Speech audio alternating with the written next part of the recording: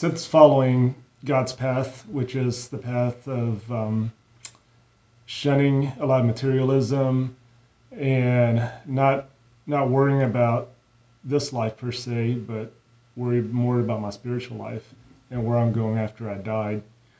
It's really opened up a lot of opportunities for me to meet some amazing people that I would never have met if I would have continued the path that I was.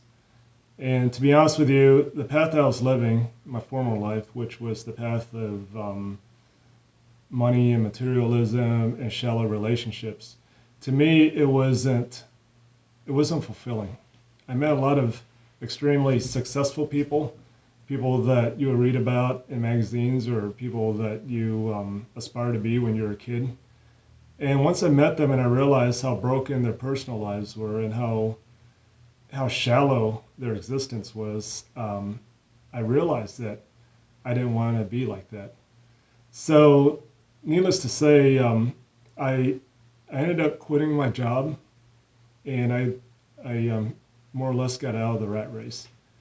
And I decided to dedicate my life to helping others and taking on more fulfilling paths. You know, for instance, right now I work for the church, and I make less than the housekeepers, you know, that I used to pay in my office.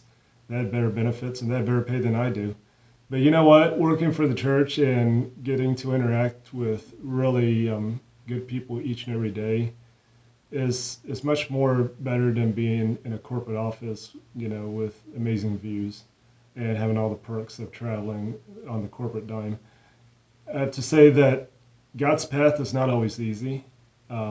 For some of us like me, it's going to take a heavy cross in order for you to understand what it's about. But I encourage you that everybody's got a cross, so carry it, and carry it with gratitude and with a smile, and try to learn from it.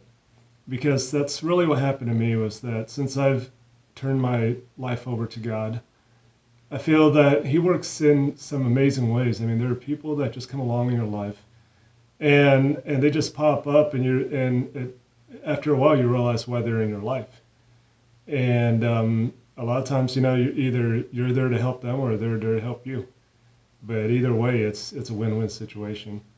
So I encourage people to, if you're lukewarm right now as a Catholic, or in my case, a code blue Catholic or code blue Christian or whatever, I encourage you to go back to your faith and go back to God and ask Him, and He will answer your prayers. Just ask Him to fill your heart and fill your spirit with Jesus Christ.